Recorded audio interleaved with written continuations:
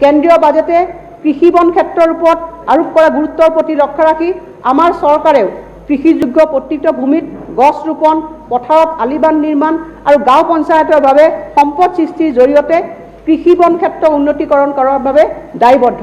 আমাৰ কৃষক বন্ধু আৰু ব্যক্তিগত খণ্ডক জড়িত কৰি এই কাৰ্যসূচী ৰূপায়ণ কৰা হ'ব আৰু এই উদ্দেশ্য আগত ৰাখি কৃষকসকলক তেওঁলোকৰ ভূমিত গছ ৰোপণ কৰাৰ উদগনি জৰিয়তে নট ফৰ প্ৰফিট ধাৰা 8 কোম্পানী হিচাপে অসম কৃষি বন উন্নয়ন বোৰ্ড স্থাপন কৰাৰ বাবে আমি ইতিমধ্যে অনুমোদন জনাইছোঁ আৰু সেই মৰ্মে 2022-23 বৰ্ষত এইবোৰৰ কাম কাজৰ বাবে প্ৰাৰম্ভিক পৰ্যায়ত মই 10 কোটি টকা ধাৰ্য কৰা প্ৰস্তাৱ আগবঢ়াইছোঁ। অধ্যক্ষ মহোদয়, সমগ্ৰ দেশৰ টায়াৰ 2 আৰু টায়াৰ 3 মহানগৰীসমূহত জীৱন ধাৰণ সহজসাধ্য কৰি তোলাৰ বাবে ভাৰত চৰকাৰৰ ভিজনৰ লগত সামঞ্জস্য ৰাখি আমি গুৱাহাটী মহানগৰীত 100খন অতিৰিক্ত CNG বাছৰ লগতে স্মাৰ্ট স্মৃতি প্ৰকল্পৰ অধীনত প্ৰায় 250 কোটি টকা ব্যয়েৰে 2খন বৈদ্যুতিক বাহনৰ চলাচল আমি আৰম্ভ কৰিছোঁ। এক পৰিকল্পিত আঁচনি অনুসৰি জীৱাশ্মজনিত ইন্ধন ভিত্তিক বাছসেৱা ভৱিষ্যতে বন্ধ কৰি দিয়া হ'ব। ইয়াৰ পিছত আহিছোঁ অধ্যক্ষ মহোদয়, আমাৰ 9 নম্বৰ ফ্লেগশ্বিপ প্ৰগ্ৰামটোলৈ কি হৈছে সুস্বাস্থ্যৰে সমৃদ্ধিলে। অধ্যক্ষ মহোদয়, আমাৰ চৰকাৰখনে অসমৰ জনসাধাৰণক অত্যাধুনিক স্বাস্থ্যসেৱাৰ সা সুবিধা আগবঢ়াবলৈ প্ৰদান কৰা নিজৰ প্ৰতিশ্ৰুতি আমি পালন কৰিছোঁ। আমি কোভিড পৰিস্থিতি মোকাবিলা কৰা চিকিৎসা শিক্ষা খণ্ডলৈ আমি আনা অগ্ৰগতি আৰু কৰ্কট ৰোগৰ চিকিৎসাৰ বাবে গ্ৰহণ কৰা পদক্ষেপসমূহে আমাৰ এই কথা সত্যতা প্ৰমাণ কৰিছে। বিশ্ব স্বাস্থ্য সংস্থাৰ দ্বাৰা প্ৰশংসিত আমাৰ কোভিড-19 ব্যৱস্থাপনাই হওক বা নীতি আয়োগে তেওঁলোকৰ স্বাস্থ্য সূচকৰ তালিকাতে হওক আমাক আটাইতকৈ উন্নত ৰাজ্য বুলি স্থান প্ৰদান কৰা স্বীকৃতিয়ে হওক, স্বাস্থ্য আন্তঃগাঁথনিত এক দৃষ্টান্তমূলক পৰিৱৰ্তন সাধন কৰিবলৈ চেষ্টা চলাই থকা এখন ৰাজ্য হিচাপে আমি বহুদূৰ অতিক্ৰম কৰিছোঁ। National health and family welfare পাছৰ শেহতীয়া তথ্যত স্পষ্টকৈ প্ৰতিফলিত হৈছে স্বাস্থ্য খণ্ডত অসমৰ সাফল্যৰ এক বৃহৎ যাত্ৰা। কোভিড-19 ব্যৱস্থাপনাৰ ক্ষেত্ৰত যুদ্ধকালীন তৎপৰতাৰে টীকাকৰণ অভিযান চলোৱাটো হৈছে আমাৰ এক অন্যতম গুৰুত্বপূৰ্ণ দিশ।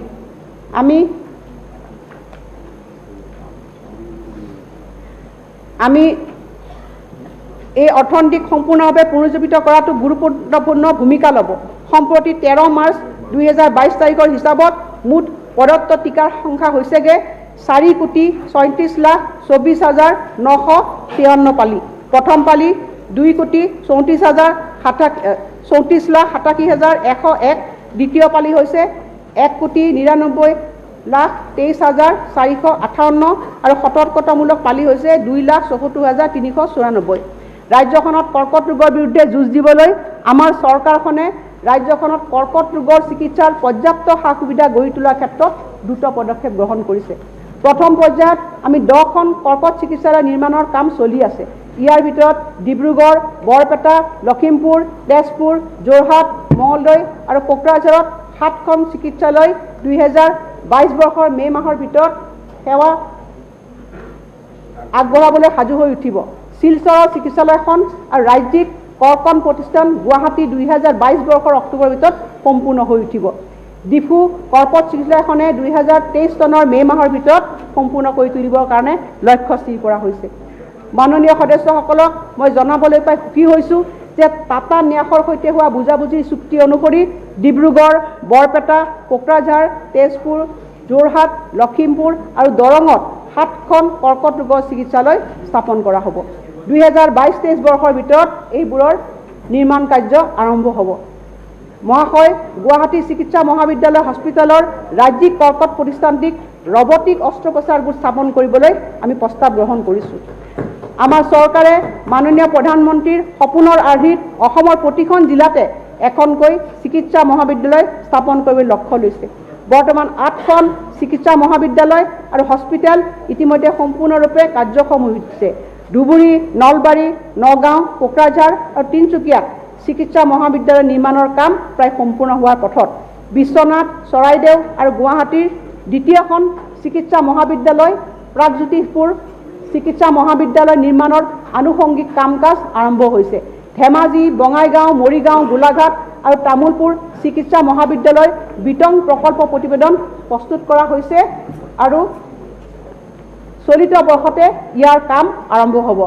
অধ্যক্ষ মহোদয়, এইবাৰ আমি 3খন জিলাত আমি 3খন নতুন চিকিৎসা মহাবিদ্যালয় স্থাপনৰ কাৰণে মই প্ৰস্তাৱ আগবঢ়াইছোঁ 3খন জিলাত অধ্যক্ষ মহোদয়। সেই 3খন জিলা হৈছে শিৱসাগৰ, কৰিমগঞ্জ আৰু গোৱালপাৰা। এই 3খন জিলাতে আমি অধ্যক্ষ মহোদয় 3খন নতুন চিকিৎসা মহাবিদ্যালয় ইয়াত স্থাপন হ'ব। অধ্যক্ষ মহোদয়, ৰাজ্যখনৰ জনসাধাৰণৰ বাবে IIT গুৱাহাটীৰ চৌহদত অতি উন্নত সুপাৰ স্পেচিয়েলিটি হস্পিটেল কেন্দ্ৰ স্থাপন কৰা হ'ব। বায়'মেকানিক্স, বায়' ইঞ্জিনিয়াৰিং আৰু ৰবটিক চাৰ্জাৰী ক্ষেত্ৰত গৱেষণা আৰু উন্নয়নৰ সা সুবিধাৰ লগতে সাধাৰণ চিকিৎসা সেৱা আগবঢ়োৱা হ'ব। মহাশয়, আমাৰ জিলা চিকিৎসালয়সমূহ হ'ল ৰাজ্যখনৰ মজলীয়া স্বাস্থ্যসেৱাৰ ৰাজহাড় স্বৰূপ। এই চিকিৎসা মহাবিদ্যালয়সমূহক চিকিৎসা মহাবিদ্যালয় উন্নীত কৰি মানসম্পন্ন মজলীয়া চিকিৎসা সেৱাৰ ব্যৱহাৰৰ মোকাবিলা কৰা হ'ব। আমি ৰাজ্যখনত বৰপেটা, শিলচৰ, ডিফু, যোৰহাট, তেজপুৰ আৰু লখিমপুৰ চিকিৎসা মহাবিদ্যালয় জিলা হাস্পতালত সুপাৰ স্পেচিয়েলিটি চিকিৎসালয় শাখা স্থাপন কৰাৰ পৰিকল্পনা কৰিছোঁ। জাইকা সাহায্যপ্ৰাপ্ত এই প্ৰকল্পৰ বাবে ইতিমধ্যে 3,798 কোটি টকা ব্যয় ধাৰ্য কৰা হৈছে। অধ্যক্ষ মহোদয়, বিশ্ব বেংকৰ সাহায্যত উন্নত মানদণ্ডৰ নাৰ্ছিং মহাবিদ্যালয় আন সেৱা উন্নীতকৰণে 10খন নতুন জিলা হাস্পতাল স্থাপনৰ বিষয়েও আমাৰ পৰিকল্পনা তালিকাত আছে আৰু এই প্ৰকল্পৰ বাবে ইতিমধ্যে 2,197 কোটি টকা ব্যয় ধাৰ্য কৰা হৈছে। ৰাজ্যখনৰ ভিতৰুৱা অঞ্চলত বসবাস কৰা লোকসকললৈ উন্নত চিকিৎসা সেৱাৰ সা সুবিধা আগবঢ়াবলৈ আমি এই চিকিৎসালয়সমূহত টেলিমেডিচিন, ICU আৰু হাস্পতালৰ সা সুবিধাসমূহ প্ৰৱৰ্তন কৰিবলৈ আগবাঢ়িছোঁ। ৰাজ্যখনত উচ্চ অৰ্হতা সম্পন্ন নাৰ্ছসকলৰ বৰ্ধিত প্ৰয়োজনীয়তাসমূহ পূৰণ কৰিবলৈ প্ৰতিখন চিকিৎসা মহাবিদ্যালয়ত এখন BSc নাৰ্ছিং মহাবিদ্যালয়, GNNM নাৰ্ছিং বিদ্যালয় সংলগ্ন কৰিবলৈও আমি প্ৰস্তাৱ আগবঢ়াইছোঁ। অধ্যক্ষ মহোদয়, ইয়াৰ পিছত আমি এটা গুৰুত্বপূৰ্ণ সিদ্ধান্তলৈ আহিছোঁ। মই বিধানসভাক জনাবলৈ পাই সুখী হৈছোঁ যে আমাৰ চৰকাৰে ATC বাগিচাত সম্পূৰ্ণৰূপে কাৰ্যক্ষম চৰকাৰী চিকিৎসালয় স্থাপন কৰাৰ বাবে দিয়া প্ৰতিশ্ৰুতি পালন কৰিছে আৰু এইবাৰ আমি 14খন হস্পিটেল ইতিমধ্যে স্থাপন কৰা হৈছে আৰু পৰৱৰ্তী বিত্তীয় বৰ্ষত আৰু এখন কাৰ্যক্ষম হৈ উঠিব। আমাৰ চৰকাৰে ঘৰৰ ওচৰলৈ যোৱা একেবাৰে ওচৰত থকা প্ৰাথমিক স্বাস্থ্য সেৱাৰ অভিলাষী সম্প্ৰসাৰণৰ অংশ হিচাপে ৰাজ্যখনত 1000টা বুনিয়াদী স্বাস্থ্যকেন্দ্ৰ স্থাপনৰ পদক্ষেপ লৈছে, যিটো মই আগৰ বাজেটটো মই উত্থাপন কৰিছিলোঁ। অধ্যক্ষ মহোদয়, প্ৰথম বছৰত তেনে 100টা কেন্দ্ৰৰ কাম আৰম্ভ কৰা হৈছে আৰু এইবাৰ মই ক'বলৈ পাই ভাল পাইছোঁ যে 2022-23 বিত্তীয় বৰ্ষত আন 200টা উপকেন্দ্ৰ বুনিয়াদী স্বাস্থ্য কেন্দ্ৰলৈ উন্নীতকৰণ কৰা হ'ব। অধ্যক্ষ মহোদয়, পৰম্পৰাগত চিকিৎসা পদ্ধতিৰ ওপৰত কেন্দ্ৰীয় চৰকাৰে নতুনকৈ গুৰুত্ব আৰোপ কৰিছে আৰু এই মৰ্মে অসমতো দুধনৈ আৰু পলাশবাৰীত 2খন নতুন আয়ুৰ্বেদিক মহাবিদ্যালয় স্থাপন কৰা হ'ব। অধ্যক্ষ মহোদয়, যিসকল পিতৃ মাতৃৰ চেৰিব্ৰেল পালচি ৰোগত আক্ৰান্ত সন্তান আছে তেওঁলোকৰ দুখ আৰু বেদনা সঁচাই মৰ্মান্তিক। অধ্যক্ষ মহোদয়, এনে পৰিয়ালৰ জীৱন যাত্ৰা যেন স্তব্ধ হৈ পৰে এনে এটা অনুভৱ হয়। এই পৰিয়ালসমূহে দীৰ্ঘদিন ধৰি হয়তো কেতিয়াবা আজীৱন চিকিৎসা আৰু ফিজিঅ'থেৰাপিৰ বাবে বৃহৎ পৰিমাণৰ ধন ব্যয় কৰিব লগা হয়। এনে ক্ষেত্ৰত আমাৰ চৰকাৰ মৌন দৰ্শক হৈ থাকিব নোৱাৰে। আমাৰ মাননীয় মুখ্যমন্ত্ৰী ডাঙৰীয়াই এনে পৰিয়ালসমূহৰ প্ৰতি সমমৰ্মিতা প্ৰকাশ কৰি তেওঁলোকলৈ আৰ্থিক আৰু আৱেগিক সমৰ্থন তেওঁলোকে আগবঢ়াইছে। চেৰিব্ৰেল পালচি ৰোগত আক্ৰান্ত শিশুৰ সাহায্যৰ বাবে স্নেহস্পৰ্শ প্লাছ আঁচনিখন আৰম্ভ কৰাৰ প্ৰস্তাৱ এইবাৰ মই দিছোঁ। এনেধৰণৰ শিশুৰ পুনৰ সংস্থাপনৰ বাবেও তেওঁলোকৰ পিতৃ মাতৃসকলে বৃহৎ পৰিমাণৰ ব্যয় বহন কৰিব লগা হয় আৰু সেয়েহে চৰকাৰে এনেধৰণৰ দেৱ শিশুসকলৰ কাষত থিয় হৈছে। আমি প্ৰকৃততে এই নীতি বাক্যত বিশ্বাস কৰোঁ। আমি তোমালোকৰ সৈতে আৰু তোমালোকৰ কাৰণে সদায় আছোঁ আৰু সদায় থাকিম। অধ্যক্ষ মহোদয়, এইবাৰ মই এখন অতি গুৰুত্বপূৰ্ণ সফলতে পালন কৰা আঁচনিৰ কথা ক'বলৈ গৈছোঁ। সেইখন হৈছে মিছন বসুন্ধৰা। সন্মানীয় সদস্যসকল অৱগত যে মিছন বসুন্ধৰা হৈছে বৰ্তমান চৰকাৰৰ এখন অন্যতম গুৰুত্বপূৰ্ণ আঁচনি। ৰূপান্তৰ আৰু ভূমি সম্পৰ্কীয় সেৱা প্ৰদানৰ উদ্দেশ্যে 2021 চনৰ 2 অক্টোবৰত এই আঁচনিখনৰ শুভাৰম্ভণি কৰা হৈছিল। এই অভিযান আৰম্ভ হোৱাৰ পৰা 9টা সেৱাৰ বাবে 8 লাখতকৈ অধিক আবেদন লাভ কৰা হৈছিল। অধ্যক্ষ মহোদয়, আমি ৰাইজৰ পৰা অত্যন্ত সঁহাৰি পাইছিলোঁ আৰু সেইকাৰণে 8 লাখতকৈ অধিক আবেদন আমি লাভ কৰিছিলোঁ আৰু ইয়াৰ ভিতৰত 5 লাখতকৈও অধিক আবেদন ইতিমধ্যে নিষ্পত্তি কৰা হৈছে। বাকীবোৰ আবেদনক চলিত বৰ্ষৰ 10 মে'ত বৰ্তমান চৰকাৰৰ প্ৰথম বৰ্ষপূৰ্তিৰ পূৰ্বে এই সকলো বাকী আবেদন নিষ্পত্তি কৰা হ'ব। মিছন বসুন্ধৰাৰ প্ৰতি ৰাইজৰ অভূতপূৰ্ব সমৰ্থন পৰিলক্ষিত হৈছে। ইয়াৰ জৰিয়তে ভূমি নথি ব্যৱস্থাৰ মূল সুটিকৰণৰ প্ৰয়োজনীয়তাৰ কথা পুনৰ প্ৰতীয়মান হৈছে। ভূমি হৈছে সামগ্ৰিক বিকাশ, উদ্যম আৰু বহনক্ষম উন্নয়নৰ এক মূল উপাদান। 666খন অনা কেডেষ্ট্ৰেল গাঁৱৰ পলিগন জৰীপৰ কাম সম্পূৰ্ণ কৰা হৈছে আৰু বাসিন্দাসকললৈ সম্পত্তিৰ অধিকাৰ আগবঢ়োৱাৰ উদ্দেশ্যে ভূমি নথি আৰু মানচিত্ৰৰ ডিজিটেল ব্যৱস্থাৰে এই গাঁওসমূহৰ বিতং জৰীপ কৰা হ'ব। ৰাজ্যখনৰ কোনো অঞ্চলকে এই জৰীপৰ পৰা বাদ দিয়া নহয়। জনসাধাৰণৰ সক্ৰিয় অংশগ্ৰহণ আৰু সহযোগত চৰকাৰে মিছন বসুন্ধৰা 2 আৰম্ভ কৰিব। এই অভিযানত সিদ্ধান্তকাৰী ভূমি স্বত্বৰ বাবে ৰূপৰেখাৰ সৈতে পৰৱৰ্তী পৰ্যায়ৰ ভূমি সম্পৰ্কীয় সেৱাসমূহ আগবঢ়োৱা হ'ব আৰু ইয়ে অকল সুৰক্ষা প্ৰদান আৰু অপৰিৱৰ্তনশীলেই নহয়, দূৰদৃষ্টি সম্পন্ন বিধায়িনী পৰিকাঠামোৰ সৈতে ভৱিষ্যত সময়ত ভূমি স্বত্বৰ নিশ্চয়তা প্ৰদানৰ ক্ষেত্ৰতো ই জবাবদিহি হ'ব। মিছন 2ৰ জৰিয়তে ভূমি অধিকাৰীৰ পৰা ৰাজহ সংগ্ৰহ ব্যৱস্থা কাৰ্যক্ষম কৰি তোলা হ'ব। এই ক্ষেত্ৰত ভূমিগৰাকীয়ে সেই ভূমি অতিৰিক্ত বন্ধকী হিচাপে ব্যৱহাৰ কৰিব পাৰিব, যিয়ে ভূমিৰ মূল্য মুকলি কৰি দিব। আইনগত প্ৰত্যাহ্বান দূৰীকৰণৰ বাবে ভূমি নথিৰ উন্নীতকৰণ আৰু নিকাকৰণৰ প্ৰয়োজনীয়তাৰ প্ৰতি লক্ষ্য ৰাখি মিছন বসুন্ধৰা 2ৰ অধীনত প্ৰথম পৰ্যায়ৰ মিছনৰ সেৱা অব্যাহত থাকিব। এইটো সকলোৱে অৱগত যে বহু ভিলেজ গ্ৰেজিং ৰিজাৰ্ভ আৰু প্ৰফেশ্যনেল গ্ৰেজিং ৰিজাৰ্ভ, যিটো PGR বুলি কৈছোঁ, VGR বুলি কৈছোঁ, তাত প্ৰজন্ম ধৰি প্ৰজন্মই বসবাস কৰি আছে যদিও চৰকাৰে বিভিন্ন কাৰণত তেওঁলোকলৈ ভূমি অধিকাৰ দিবলৈ সক্ষম হোৱা নাই। জিলাৰ কেতবোৰ অঞ্চলত নতুন VGR আৰু PGR চিহ্নিত কৰি সেইবোৰত বসবাস কৰি থকা তেনে লোকলৈ মাটিৰ অধিকাৰ দিয়াৰ কথা আমাৰ চৰকাৰে বিবেচনা কৰি আছে। মই ভাবোঁ অধ্যক্ষ মহোদয়, আমাৰ চৰকাৰৰ এটা অতি গুৰুত্বপূৰ্ণ সিদ্ধান্ত। এই মিছনৰ অধীনত কাম কৰি থকা বিষয়া আৰু কৰ্মচাৰীসকলক মই কৃতজ্ঞতা জনাইছোঁ আৰু এই বিত্তীয় বৰ্ষৰ বাবে মিছন বসুন্ধৰালৈ মই ৭৫ কোটি টকাৰ আবণ্টন দিছোঁ। অধ্যক্ষ মহোদয়, এইবাৰ আহিছোঁ আন এক গুৰুত্বপূৰ্ণ ফ্লেগশ্বিপ প্ৰগ্ৰামলৈ। সেইটো হৈছে যে কৰ্মচাৰী পক্ষত অধ্যক্ষ মহোদয়, মই এই পবিত্ৰ সদনক জনাবলৈ পাই সুখী হৈছোঁ যে ৰাজ্য চৰকাৰে ইয়াৰ কৰ্মচাৰী আৰু পেঞ্চনাৰসকলক 11% অতিৰিক্ত মৰগীয়া বানচ প্ৰদান কৰিছে। ইয়াৰ ফলত ৰাজ্য ৰাজকোষৰ পৰা আমি প্ৰতি মাহে 195 কোটি টকা আমি ব্যয় কৰিছোঁ। মৰগীয়া বানচ আৰু 3% বৃদ্ধিৰ ঘোষণা কৰা হৈছে, যাৰ ফলত প্ৰতি মাহে 58.26 কোটি টকা আমাৰ অতিৰিক্তভাৱে ব্যয় হ'ব। তৃতীয়তে হ'ল পেঞ্চনাৰসকলৰ কষ্ট লাঘৱ কৰাৰ উদ্দেশ্যে আমাৰ চৰকাৰে পেঞ্চন সম্পৰ্কীয় সকলো তথ্য অনলাইনত চাবৰ কাৰণে কৃতজ্ঞতা নামৰ এক পৰ্টেল আৰম্ভ কৰিছে। পেঞ্চনৰ আবেদন পৰীক্ষা কৰা আৰু সময়মতে পেঞ্চন প্ৰদান কৰা সহজসাধ্য কৰিবৰ কাৰণে সমগ্ৰ ৰাজ্যজুৰি পেঞ্চন সেৱাকেন্দ্ৰ স্থাপন কৰি থকা হৈছে। অধ্যক্ষ মহোদয়, ভৱিষ্যতলৈ আমি GPF, লিপ এনকেচমেণ্ট আৰু GIS আদি অৱসৰৰ পিছত সকলো লাভালাভ এখন একক উইণ্ডোৰ জৰিয়তে প্ৰদান কৰিম, ছিংগল উইণ্ডোৰ জৰিয়তে আমি প্ৰদান কৰিম। ক্ষেত্ৰ বিষয়া DDO-সকলক ইয়াৰ বাবে প্ৰয়োজনীয় কৰ্তৃত্ব প্ৰদান কৰা হৈছে। আপোন ঘৰ আৰু বিদ্যালক্ষী আঁচনিৰ অধীনত ৰাজ্যৰ চৰকাৰী কৰ্মচাৰীসকলক সুদৰ হাৰৰ বিপৰীতে ৰাজসাহায্য আগবঢ়াবলৈ এই বৰ্ষত আমি সৰ্বমুঠ 129.89 কোটি টকা ধাৰ্য কৰিছোঁ। এতিয়ালৈকে এই আঁচনিৰ অধীনত 33,030 গৰাকী কৰ্মচাৰীক উপকৃত কৰি আপোন ঘৰ আঁচনিখনে 4,307 কোটি টকাৰ সুলভ ঋণ আগবঢ়াইছে। ৰাজ্য চৰকাৰৰ কৰ্মচাৰী আৰু পেঞ্চনাৰসকলৰ লগতে তেওঁলোকৰ ওপৰত নিৰ্ভৰশীল পৰিয়ালৰ আন সদস্যসকলক উৎকৃষ্ট স্বাস্থ্যসেৱা আগবঢ়োৱাৰ বাবে আমাৰ চৰকাৰৰ নিৰন্তৰ প্ৰচেষ্টাৰ অংশস্বৰূপে কৰ্মচাৰী আৰু পেঞ্চনাৰসকলে চিকিৎসাৰ বাবে পাবলগীয়া ধন নিৰ্ধাৰিত সময়ৰ ভিতৰত সহজে লাভ কৰাটো নিশ্চিত কৰিবলৈ এখন ডিজিটেল প্লেটফৰ্মৰ জৰিয়তে আমাৰ চৰকাৰে এক সৰলীকৃত প্ৰক্ৰিয়া গ্ৰহণ কৰিব বিচাৰিছে।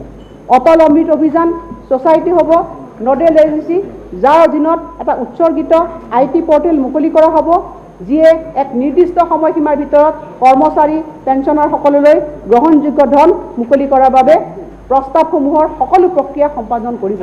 তালিকাভুক্ত চিকিৎসালয়সমূহৰ ধাৰণাটো প্ৰত্যাহাৰ কৰা হ'ব, যাতে অধিক মানসম্পন্ন চিকিৎসালয়ৰ পৰা কৰ্মচাৰীসকলে চিকিৎসা সেৱা লাভ কৰিব পাৰে।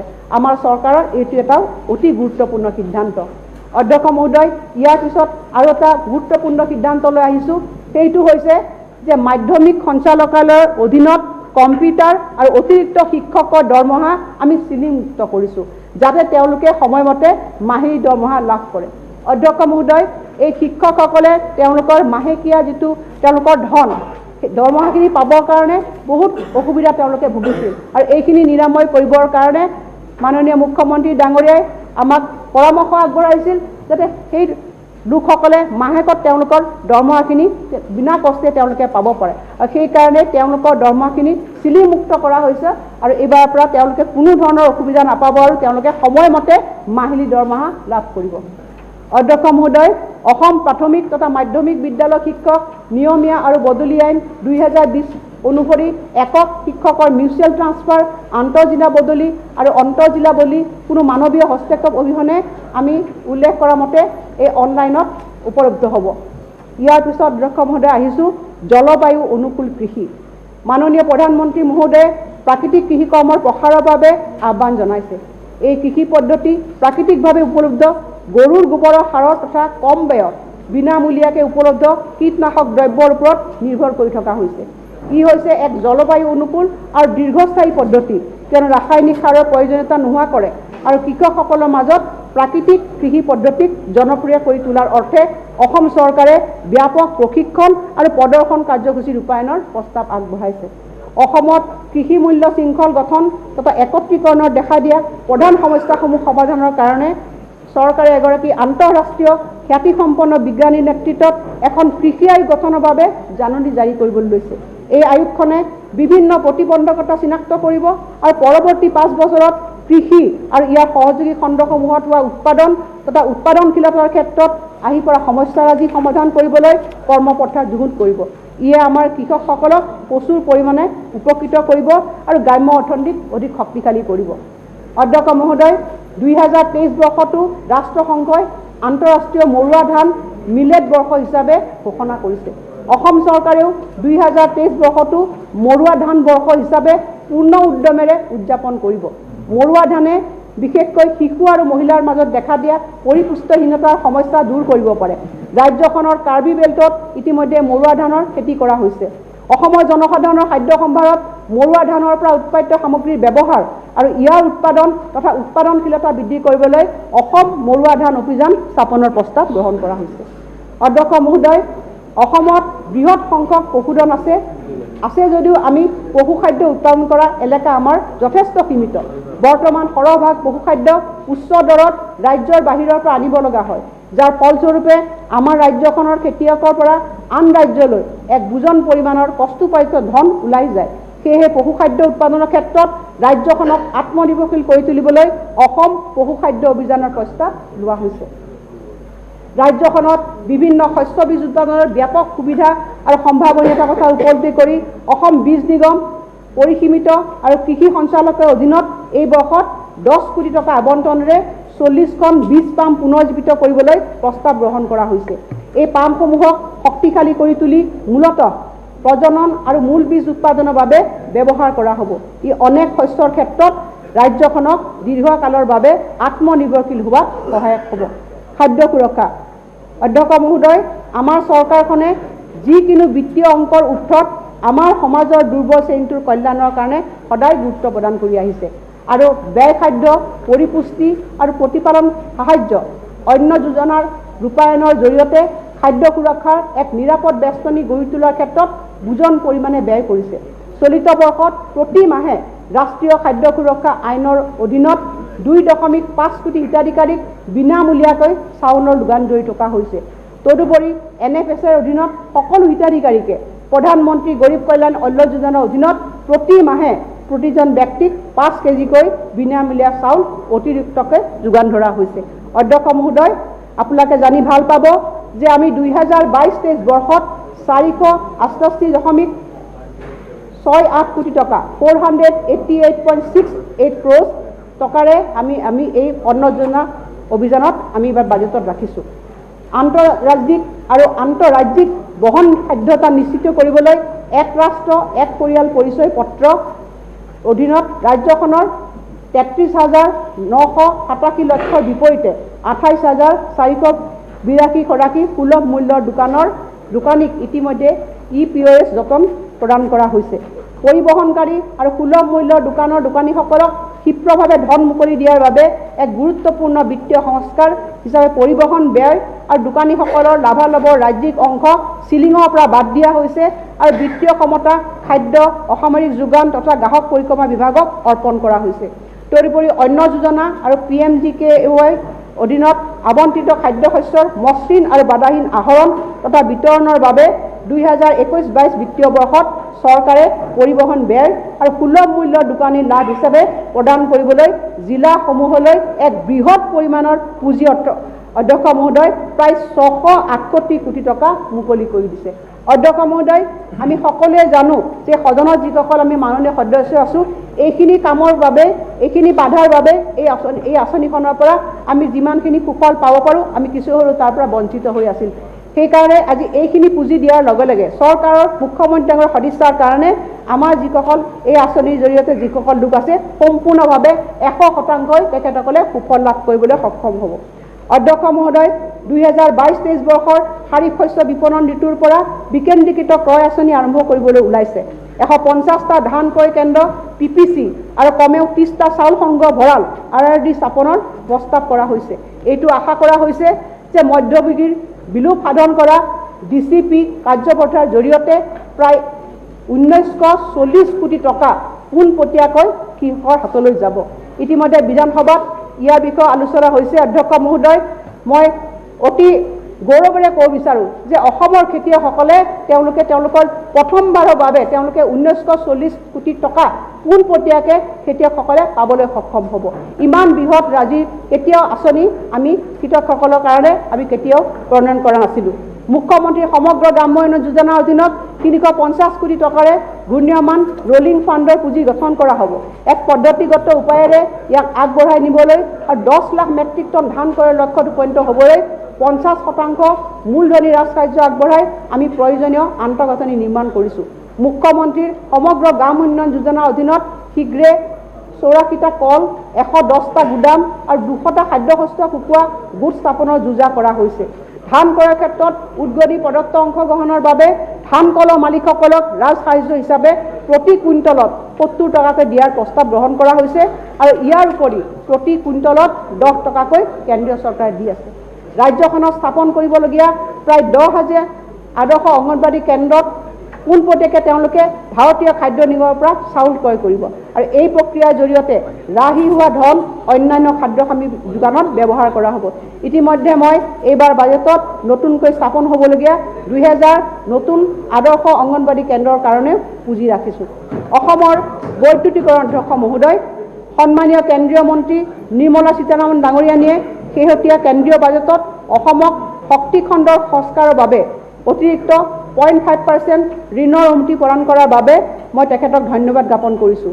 ইয়ে আমাক শক্তি খণ্ডত গাঁথনিগত সংস্কাৰ সাধনৰ বাবে যথেষ্ট আমাক এক ভূমিকা গ্ৰহণ কৰিব। ৰাজ্য চৰকাৰে যোৱা কেইমাহমানত শক্তি খণ্ডত ভালে সংখ্যক বৃহৎ সংস্কাৰৰ কাম হাতত লৈছে।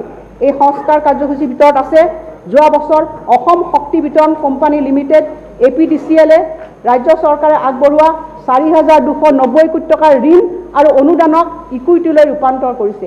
ইয়াৰ ফলত বাৰ্ষিকভাৱে 270 কোটি টকাৰ ৰিটাৰ্ণ অন ইকুইটিৰ অতিৰিক্ত দাবী কৰিব পৰা যাব। ৰাজ্য চৰকাৰে লগতে 346 কোটি টকাৰ অনাদায়ী হৈ থকা সুদ ৰেহাইৰ ব্যৱস্থা গ্ৰহণ কৰিছে। এই ব্যৱস্থাই APDCLৰ বেলেন্স শ্বীটৰ ঋণ গ্ৰহণ কৰাত অধিক যোগ্যতা বৃদ্ধি কৰিব।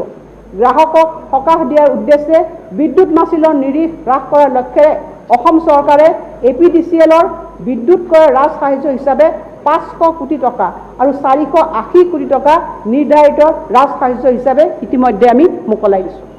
অধ্যক্ষ মহোদয়, COP26ত ভাৰতৰ পঞ্চামৃত প্ৰতিশ্ৰুতিৰ লগত সংগতি ৰাখি অসম চৰকাৰে মুখ্যমন্ত্ৰী সৌৰশক্তি প্ৰকল্প আৰম্ভ কৰাৰ সিদ্ধান্ত গ্ৰহণ কৰিছে। ইয়াৰ জৰিয়তে পৰৱৰ্তী 3টা বছৰত ৰাজ্যখনত ষষ্ঠ শক্তি উৎপাদন বৃদ্ধি কৰি তোলাৰ কাৰণে 1000 মেগাৱাট শক্তিসম্পন্ন সৌৰশক্তি উৎপাদন প্ৰকল্প স্থাপন কৰা হ'ব। এই সৌৰশক্তি প্ৰকল্পসমূহ অব্যৱহৃত চৰকাৰী ভূমি আৰু জলাশয়ত ৰূপায়ণ কৰা হ'ব। উপযুক্ত স্থান চিনাক্তকৰণৰ বাবে ইতিমধ্যে জৰীপ কাৰ্য আৰম্ভ হৈছে। 300 কোটি টকা বিনিয়োগেৰে নিৰ্মাণ কৰা 70 মেগাৱাট শক্তিৰ আমগুৰি সৌৰ শক্তি প্ৰকল্পৰ কাম শীঘ্ৰেই আৰম্ভ কৰা হ'ব। 200 কোটি টকা ব্যয় সাপেক্ষে নিৰ্মাণ কৰা 20 মেগাৱাট শক্তিসম্পন্ন নামৰূপ সৌৰশক্তি প্ৰকল্প আৰু 20 মেগাৱাট শক্তিসম্পন্ন মাজুলী সৌৰশক্তি প্ৰকল্প অচিৰে আৰম্ভ কৰা হ'ব। সমগ্ৰ এই প্ৰকল্পটোত মুঠ 4000 কোটি টকা ব্যয় ধাৰ্য কৰা হৈছে। অধ্যক্ষ মহোদয়, ভাৰত চৰকাৰ আৰু এছিয়ান ডেভেলপমেণ্ট বেংকৰ সহায়ত ডিমা হাছাও জিলাত 2127 কোটি টকা ব্যয় সাপেক্ষে 120 মেগাৱাট শক্তিসম্পন্ন নামনি কপিলী জলবিদ্যুৎ প্ৰকল্প স্থাপনৰ বাবে APDCL-এ পদক্ষেপ গ্ৰহণ কৰিছে। এই প্ৰকল্পৰ কাম ইতিমধ্যে আৰম্ভ কৰা হৈছে। কাৰ্বি জিলাৰ বৰপানী নদীত 46.5 মেগাৱাট শক্তিসম্পন্ন আন দুটা জলবিদ্যুৎ প্ৰকল্প শীঘ্ৰেই ৰূপায়ণৰ বাবেও পৰিকল্পনা গ্ৰহণ কৰা হৈছে। একেদৰে বৃহৎ তাপ শক্তি প্ৰকল্প 100 মেগাৱাটযুক্ত Namrup replacement power project phase 2 আৰু 100 মেগাৱাটযুক্ত নামৰূপ গেছ ইঞ্জিন প্ৰকল্পৰ কামৰো পৰিকল্পনা কৰা হৈছে আৰু এই দুইটা প্ৰকল্পৰ বাবে মুঠ 2500 কোটি টকাৰ প্ৰয়োজন হ'ব। অধ্যক্ষ মহোদয়, ঔদ্যোগিক বিকাশৰ বাবে পাৰিপাৰ্শ্বিক ব্যৱস্থা সৃষ্টি। আমাৰ ৰাজ্যখনত ঔদ্যোগিক বিকাশৰ কাৰণে যি পৰিৱেশ সৃষ্টি হ'ব লাগে তাৰ কাৰণে ৰাজ্য চৰকাৰে বিনিয়োগৰ বাবে ৰাজ্যসমূহে আজি পৰস্পৰৰ মাজত প্ৰতিযোগিতাত নামিছে। ভৌগোলিক অসুবিধাৰ বাবে অধিক বিনিয়োগ আকৰ্ষণ কৰাৰ ক্ষেত্ৰত অসমে এক প্ৰত্যাহ্বানৰ সন্মুখীন হৈছে। সেইবাবে এখন সাধাৰণ ঔদ্যোগিক নীতিৰ সলনি খাপ খোৱা ঔদ্যোগিক নীতি বিকশাই তোলা হ'ব। বিনিয়োগৰ প্ৰসাৰ আৰু ঔদ্যোগিক উন্নয়ন ত্বৰান্বিত কৰি তোলাৰ বাবে ৰাজ্য চৰকাৰে নতুন ইণ্ডাষ্ট্ৰিয়েল পলিচি 2022 প্ৰৱৰ্তন কৰিছে আৰু এই নীতিয়ে অসমৰ ঔদ্যোগিক বিকাশৰ বাবে কেইবাতৰপীয়া ব্যৱস্থা সামৰি ল'ব। এই নতুন নীতিৰ অধীনত বিভিন্ন উদ্গনিৰ বাবে ঔদ্যোগিক খণ্ডত চিকিৎসালয়, হোটেল, নৌ ভ্ৰমণ সেৱাৰ লগত দুটা সেৱা যেনে জাহাজ নিৰ্মাণ আৰু ভেহিকল স্ক্ৰেপ প্ৰচেছিং ফেচিলিটিও অন্তৰ্ভুক্ত কৰা হ'ব। এই নীতিৰ অধীনত উদগনিৰ বাবে capacity expansion of existing manufacturing ইউনিটক অৰ্হতা সম্পন্ন কৰি গঢ়ি তোলা হ'ব। কাৰ্বি আংলং আৰু ডিমা হাছাও স্বায়ত্তশাসিত পৰিষদৰ পাহাৰীয়া অঞ্চলসমূহত স্থাপন কৰা ইউনিটসমূহৰ বাবে নতুন আঁচনিখনৰ অধীনত বৰ্ধিত উদগনি প্ৰদান কৰা হ'ব। অধ্যক্ষ মহোদয়, মই ইয়াৰ পিছত আৰু এটা গুৰুত্বপূৰ্ণ কথা মই উদ্যোগ খণ্ডলৈ বিকাশ কৰিবৰ কাৰণে আমি এই কথা মই ক'বলৈ ওলাইছোঁ। অধ্যক্ষ মহোদয়, সেইটো হৈছে যে 100 কোটি বা তাতকৈ অধিক পৰিমাণৰ বিনিয়োগ কৰা বৃহৎ উদ্যোগসমূহলৈ কৰ উদ্গনি, মূলধনী ৰাজ সাহায্য, সম্পাদন সংলগ্ন উদ্গনি, PIL-ৰ দৰে খাপ খোৱা আৰু বিশেষ উদগনি প্ৰদান কৰা হ'ব আৰু উদ্যোগৰ ধৰণ, বিনিয়োগৰ পৰিমাণ আৰু বৃহৎ উদ্যোগসমূহৰ দ্বাৰা নিয়োগ সৃষ্টিৰ ওপৰত ভিত্তি কৰি চৰকাৰে উদগনি, শিথিলতা আৰু ৰেহাই প্ৰদান কৰিব। এই সকলো দিশ চাবৰ কাৰণে এটা শক্তিশালী গোটৰ দ্বাৰা বিবেচনা কৰা হ'ব, যিসকলে নিৰ্দিষ্ট প্ৰস্তাৱসমূহ চালি জাৰি চাব আৰু তাৰ পিছত ৰাজ্য চৰকাৰৰ বিবেচনাতে তেওঁলোকৰ পৰামৰ্শ দাখিল হ'ব।